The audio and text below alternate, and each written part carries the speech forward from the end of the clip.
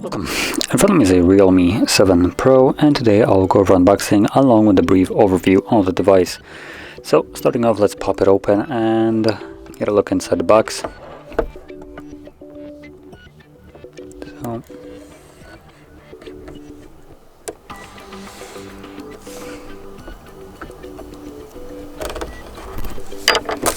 there we go.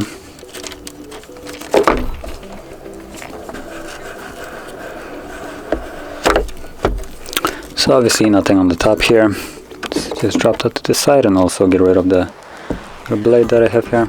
There we go. So that is fairly nice, but kind of already used to it. Realme most of the time includes these cases for their phones, which is a really nice touch and I really appreciate it. And they're also designed the way to protect the camera and also the screen itself.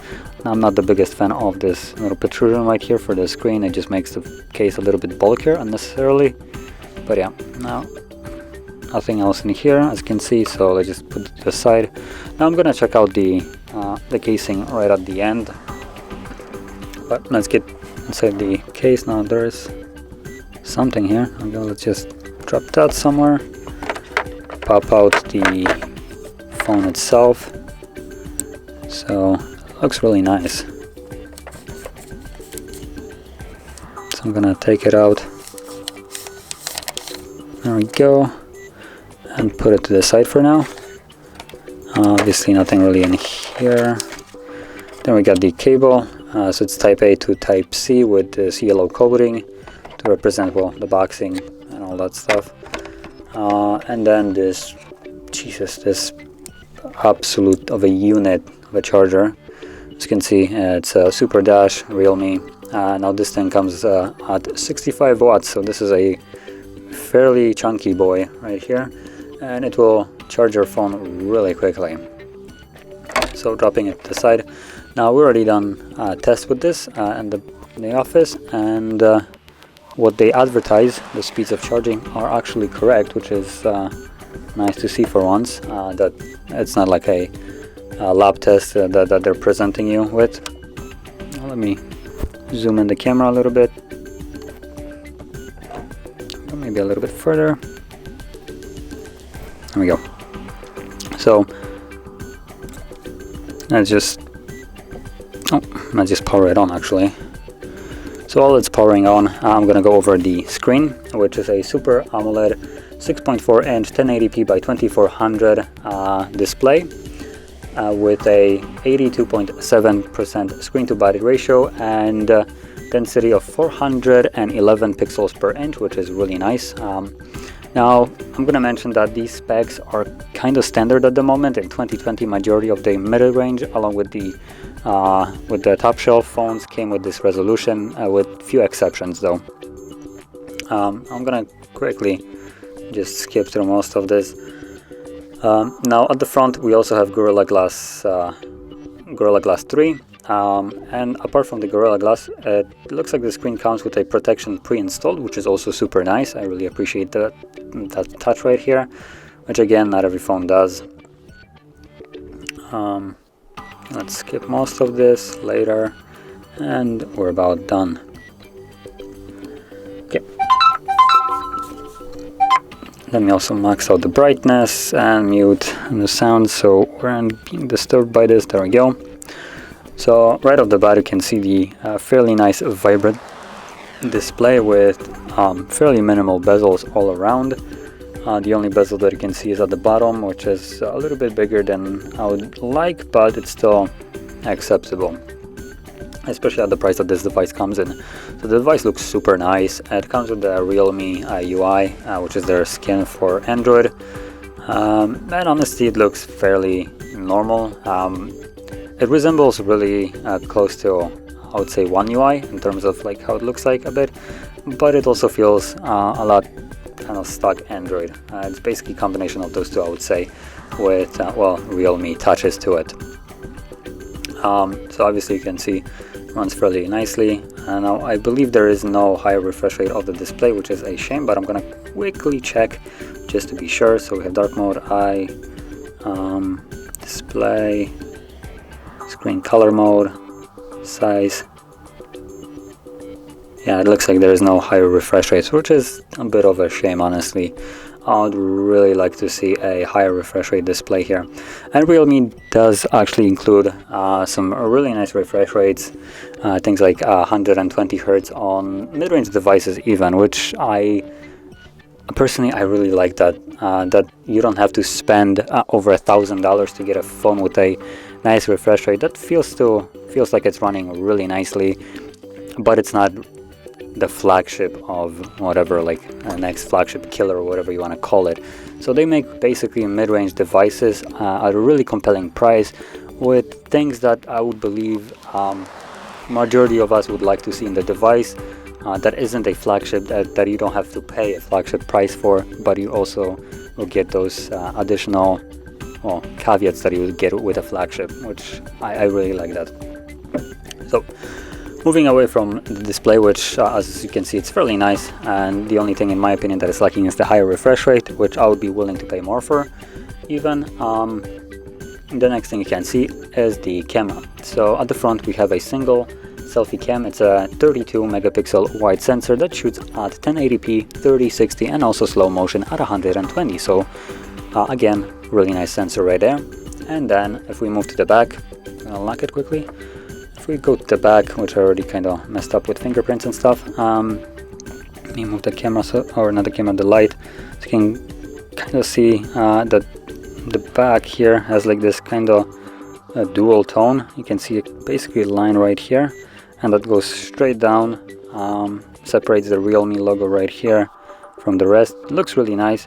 The back is in this matte, not really slippery thing. I'm not really sure how to describe it, but it's a little bit of a rougher texture, or well, maybe not rougher. It's fairly smooth, but it's not glass-like, let's put it this way. Okay, so as obviously you can see, there is 4 sensors, and I will say right off the bat, this is where I have a problem with this. I will test those cameras just in a second. We'll see how they perform, but I already seen this kind of marketing, and I just consider this to be a despicable way of trying to sell your device. So in reality, the device has, in my opinion, 2 sensors, even though you can see 4.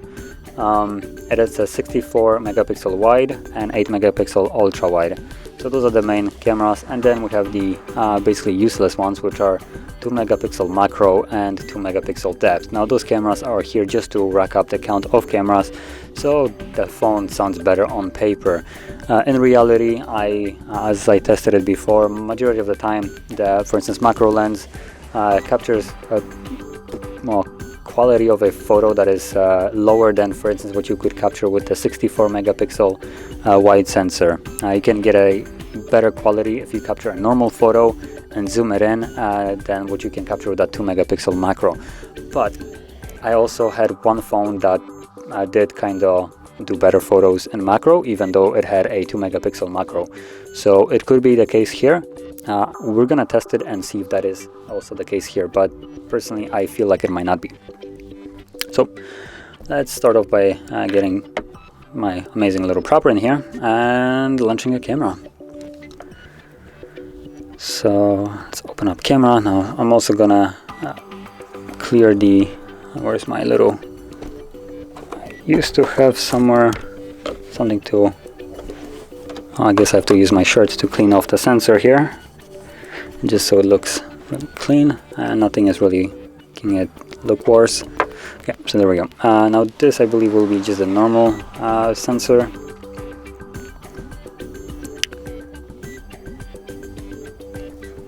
Okay, so this is the, let's agree, allow. So this is the normal one, and you can see it's fairly nice. And now this is at a fairly close range. Maybe I should zoom out. So you can see it looks fairly nice and detailed, honestly.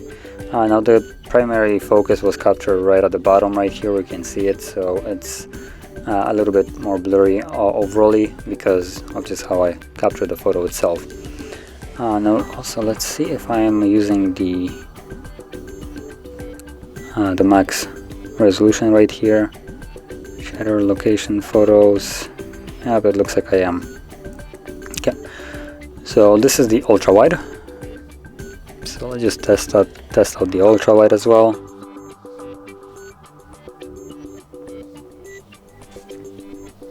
What else we got? We got the zoom.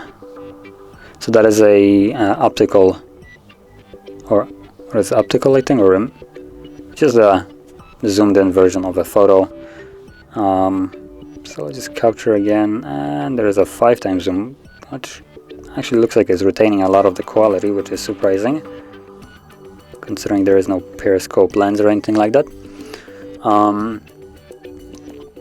And there's the 64 megapixel actually, so it has a separate sensor. It looks like so. Again, I'm gonna capture one more, and I think I messed it up. Let's see, because I moved the camera. Yep, it came out blurry, so let's just get rid of this one and try to take it once more. So 64 once more.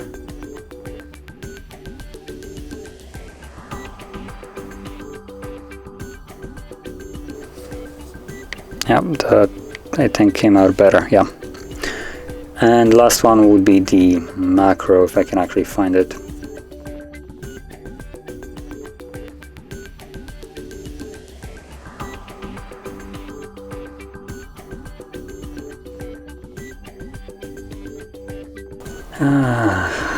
No, it looks like they hit it somewhere.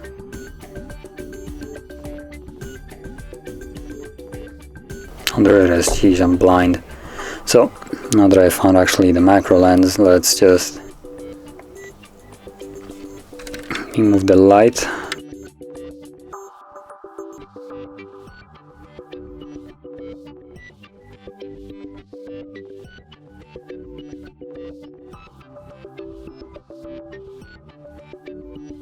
So it looks like at this range, this is the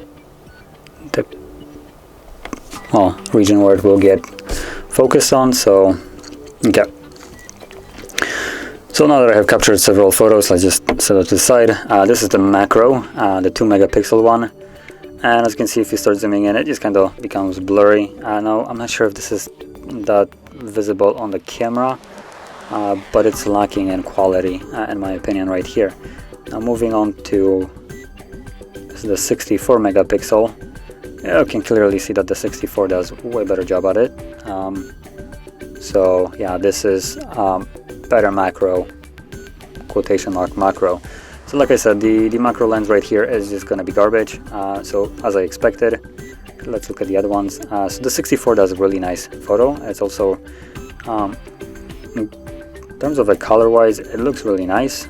Maybe a little bit too saturated, but it came out really nice, honestly. This is the macro, I believe, yeah. And ultra wide came out also a little bit bad. But in general, if you stick with the normal lenses, the sensors, specifically the 64 one, which is the supposedly primary one, your photos should look really nice. And let's also test out one more thing. Let's just get rid of this, go to video, make sure that it's at 1080p or video resolution. There we go. So we have 4K, 1080p, and we're gonna go for 60. As you can see, 4K has only 30 frames. With 1080 you have the 60 and 30, and 720 same thing. Now also with 1080p you can go slow-mo at 120, like I said. So I just keep it at 1080p 60, see how it comes out. So this is just kind of like I'm gonna move it around, which actually I don't really have much space in here to do that, but I just try to do like a panning out and see if it won't stutter or anything.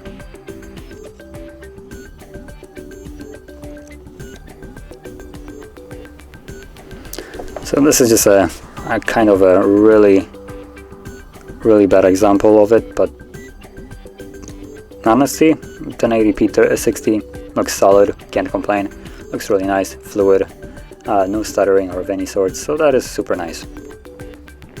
So yeah, moving on to the last one, I guess I'm just gonna launch the selfie cam and see how that will result with my face here, but honestly it looks okay from here.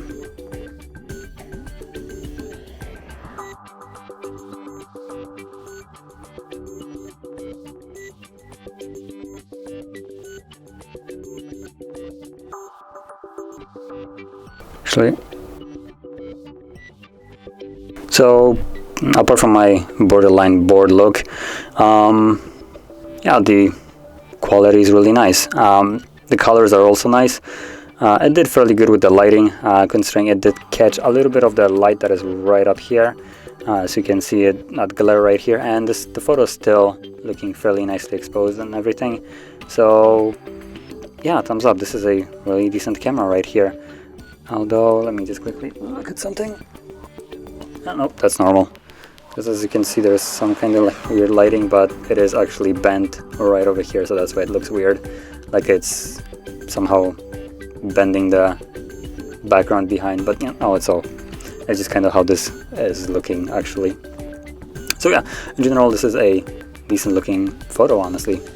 So let's leave this and move on to the actual specifications of the device.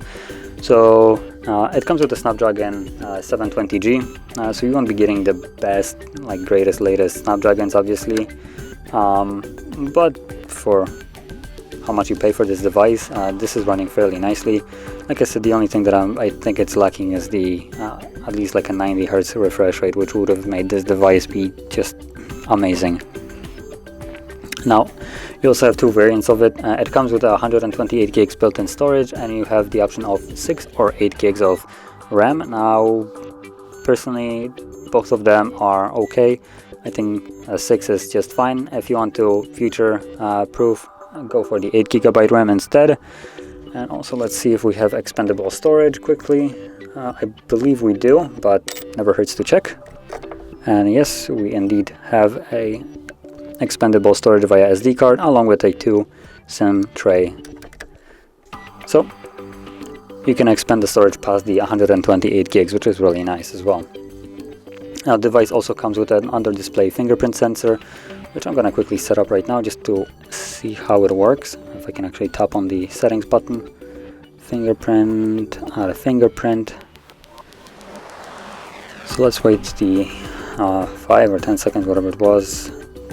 Change it to pattern. There we go. Now the haptic feedback also feels really nice, based on just that putting in the code right here.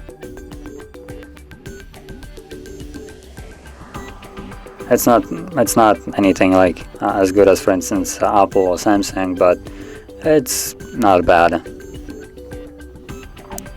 Let's continue.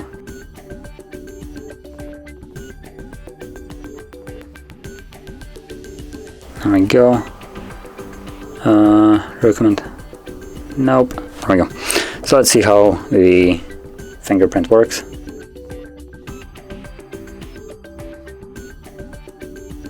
So it's not the fastest, as you can clearly see. It works better if your display is actually already turned on. It does take a second to unlock, which it's not the greatest, but honestly it seems to work right now. As you've seen, after simply adding the finger, it does unlock it quickly. Now, as you can also see, it unlocks it quicker if your display is already woken up, which is kind of weird. I haven't really seen that kind of thing done before.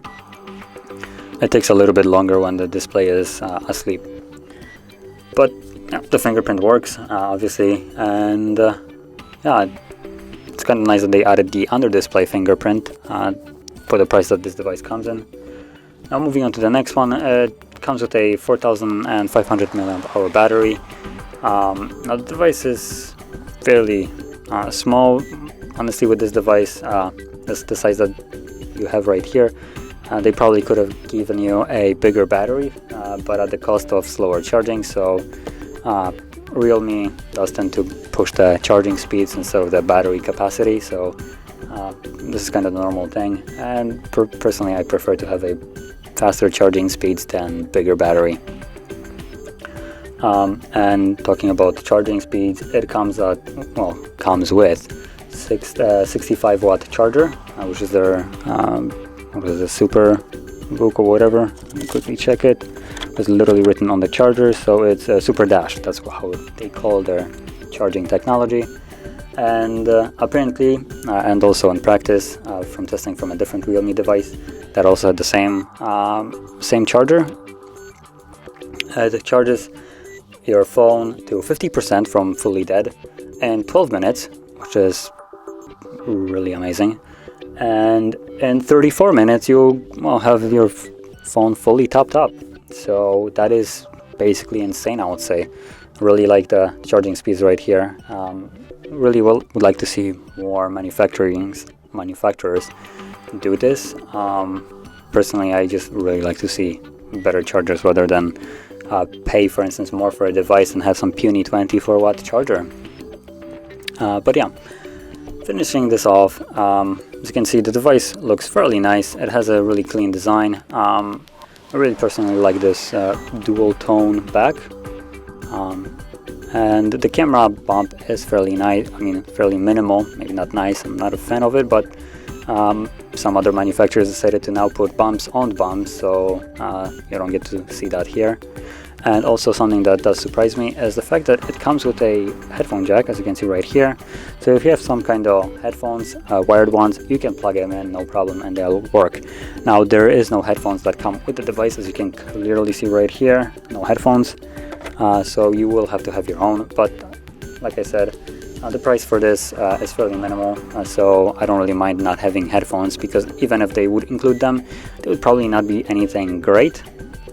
So I just prefer to not have them, probably have a lower price tag, and yeah, have my own headphones. And talking about the price, which I've been saying that it is fairly compelling here, it comes at around $280. Now in different currencies we have about $299 euros, or 1990, or basically 20k Indian rupees. I think that's how the currency is called. I'm not exactly sure, sorry. So honestly, for the price of this device, this is at least in dollars, which are probably most known to me. It seems like a really nice price tag for the device and what you get with it. The cameras are really good, the display is amazing. Like I said, the only thing that I would like to see in the display is just a higher refresh rate. The overall aesthetic of the device and how it performs is as you would expect from a Snapdragon 720G. And yeah, I honestly, for the price that this device comes in, I have to say I would recommend it. It's a really nice device and works really nice from what I've seen right here, and well, you also, because you're watching this. So yeah, highly recommend the device, and if you found this video helpful, don't forget to hit like, subscribe, and thanks for watching.